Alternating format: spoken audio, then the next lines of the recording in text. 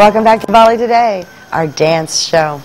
So you can see that dance in Bali today is coming from all over the world, touching the lives of people from all over the world as well.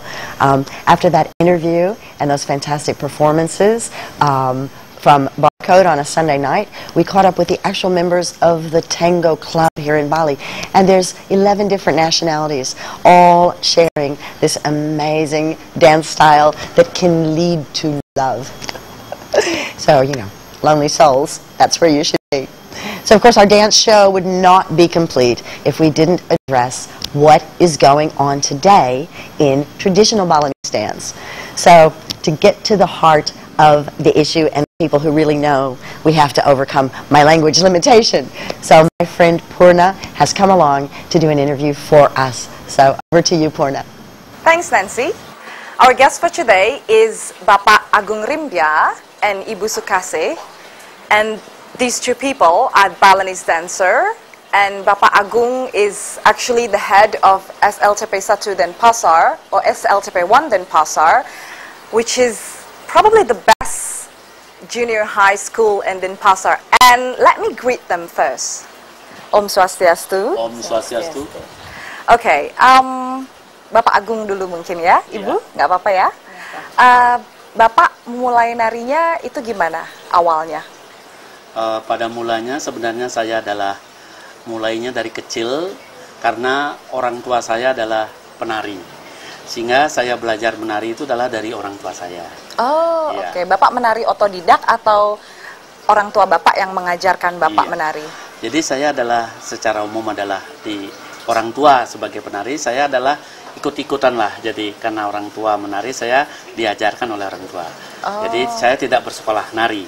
Oh, berarti ada bakat. Ada bakat. Memang keturunan ya. Iya, keturunan. Kalau Ibu sendiri? Kalau Ibu memang bapak yang penari dulu. Kalau di kampung kan ada arjo itu. Arjo. Dia jadi gerantang gitu. Dia bisa nari. Kalau Ibu itu dulu di SD dari kelas 4 itu sudah bisa nari. Oh, kemudian karena ada sanggar di sana, baru satu aja di kecamatan itu ada sanggar. Saya ke sana belajarnya di Pekutatan belajarnya. Terus ketemunya gimana? Bapak sama Ibu kerja di satu sekolah yang sama? Iya, betul. Jadi saya adalah di SMP 1 mengajar agama dan bahasa Bali, sedangkan ibu saya adalah sebagai guru penari gitu.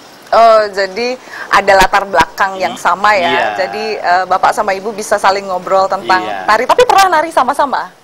Pernah. Kalau joget bumbung itu ibu saya menari jogetnya, saya yang ngibing gitu. Kadang-kadang di Banjar gitu. Oh iya. Ada perayaan itu. Ya. Oke. Terus selama ini Bapak menari di mana saja? Kalau saya menari itu adalah banyakan saya menari itu adalah untuk kegiatan upacara agama. Jadi tidak dikomersialkan. Jadi seperti di sekolah itu ada piodalan, itu saya menari topeng Sidakarya. Topeng Sidakarya. Ya, untuk menyelesaikan upacara itu dengan upacara yang disebut topeng Sidakarya. Oke. Tapi kalau yang saya dengar, kalau misalnya ada orang yang ingin menarikan tari-tarian khusus untuk upacara, biasanya kan itu harus orang-orang tertentu, atau biasanya kalau kita melakukannya dengan sembarangan, biasanya akan ada sanksi-sanksi niskala atau mungkin ada hal-hal buruk yang mungkin terjadi. Bapak bisa jelaskan mungkin? Memang betul itu. Kalau tari Sidakarya itu adalah karena bersifat tari sakral, itu adalah yang menari itu hendaknya disucikan dulu. Disucikan? Ya, disucikan, yaitu kebetulan saya adalah sebagai pemangku di sekolah SMP 1. Kebetulan saya adalah sudah di Winten, jadi persyaratan seorang penari Sidakarya itu adalah sudah di Winten, diupacarai. Jadi semua penari untuk acara-acara khusus piodalan itu harus di Winten. Itu seperti sebuah keharusan ya? Oke. Kalau Ibu sendiri, apa Ibu perlu di Winten atau Ibu menarikan tari-tarian yang komersil? Menarikan juga yang komersil karena Ibu adalah seorang guru, lebih banyak mengajarkan, menularkan kepada siswa. Siswa yang lebih banyak berperan untuk kegiatan lomba, pekan seni remaja, kemudian PKB tingkat kota maupun provinsi, itu anak-anak yang lebih banyak lomba. Kalau guru-gurunya jarang dilombakan, tetapi diberikan pelatihan, di MGMP. Kebetulan Ibu adalah pengurus MGMP Seni Budaya Kota Denpasar. Oke. Kemudian antusiasme anak-anak SLTP 1 Denpasar sendiri terhadap tarian bagaimana? Apa mereka masih antusias atau mereka mulai bosan karena tarian-tarian Bali terkenal tradisional atau tidak modern? Bagaimana selama ini respon mereka terhadap tari Bali? Anak-anak masih antusias karena bukan tari tradisional saja yang diajarkan. Karena dalam kurikulum nasional itu adalah pelajaran seni budaya itu ada pelajaran untuk yang tradisional, juga ada untuk daerah, juga ada tarian Nusantara dan juga tari mancanegara juga diberikan. Karena kami dilatih, juga diberikan workshop di MGMP itu kami kerjasama dengan dosen ISI Denpasar. Kami gurunya belajar dari dosennya untuk mencari tari-tarian baru untuk tarian yang berkembang sampai saat ini. Misalnya tari Nusantara itu diajarkan, kami menularkan ke siswa sesuai dengan kurikulum kita berikan ke siswa. Kemudian kalau menurut Bapak sendiri untuk saat ini karena zaman sudah berkembang, menurut Bapak lebih baik menggabungkan tarian-tarian Bali dengan tarian-tarian Barat misalnya, atau tarian-tarian dari daerah-daerah lain di Indonesia. Bagaimana menurut Bapak tentang kombinasi itu? Iya.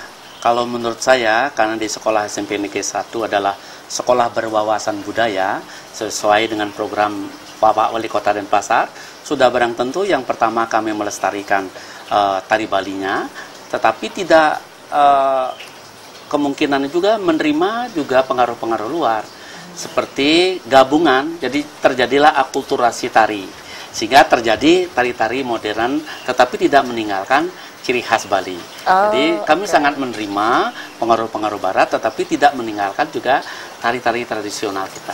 Jadi kita gabungan. Ya. Kemudian kalau Ibu, mungkin Ibu bisa menjelaskan apakah anak-anak SLTP 1 sudah pernah mengikuti perlombaan tarian yang dengan koreografi yang lebih banyak? Maksudnya bukan hanya tarian tradisional, misalnya hanya legong atau oleg. Kalau anak-anak SMP 1 ada, dia ikut dengan orang tuanya. Waktu ini dia menari di Bangkok. Dia itu merupakan membuat suatu tari kolaborasi. Ya. Kolaborasi dengan penari-penari dari Bangkok? Semua itu penarinya dari Bali, tetapi dia punya satu sanggar. Tari itu merupakan suatu perpaduan gerak.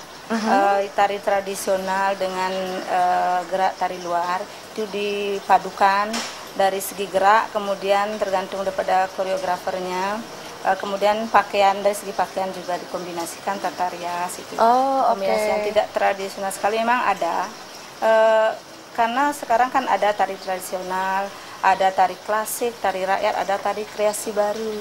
Kalau tari kreasi baru itu diartikan itu tarian yang sudah mengarah kepada kebebasan si penciptanya itu. Baik dari segi gerak, saya baru tahu. Ya, dari segi tata busananya, kemudian tata riasnya juga. And as a modern Balinese girl, I'm hoping to see more and more innovation and combination between the Western and Balinese dance that can happen with the students. So I'll get back to Nancy, and I will close it by saying Om Santi Santi Santi. Thank you very much, Purna. Thank you, Bapak and Ibu. It's so exciting, you know. Never is anything quite as static as we think it is from the outside. So constant innovations in Balinese traditional dance. So rush out, go to your local temple. There's information everywhere if you live here in Bali as to where you can see dance happening, and it is dramatic. Also, many books available, you know, so you can catch up on the history. It's all great. I'd like to thank all my guests that came today. It's too many to mention, but of course you can go onto our website, balitodayShow.com, and follow the progress, take classes, get involved in dance here in Bali. So I'd like to say thank you very much. Also to my crew, they're all wonderful, from TVRI Bali for helping us today, and to our sponsors, but you'll see all that. So for now, I'd just like to say thank you very much, and Om Santi Santi Santi Om.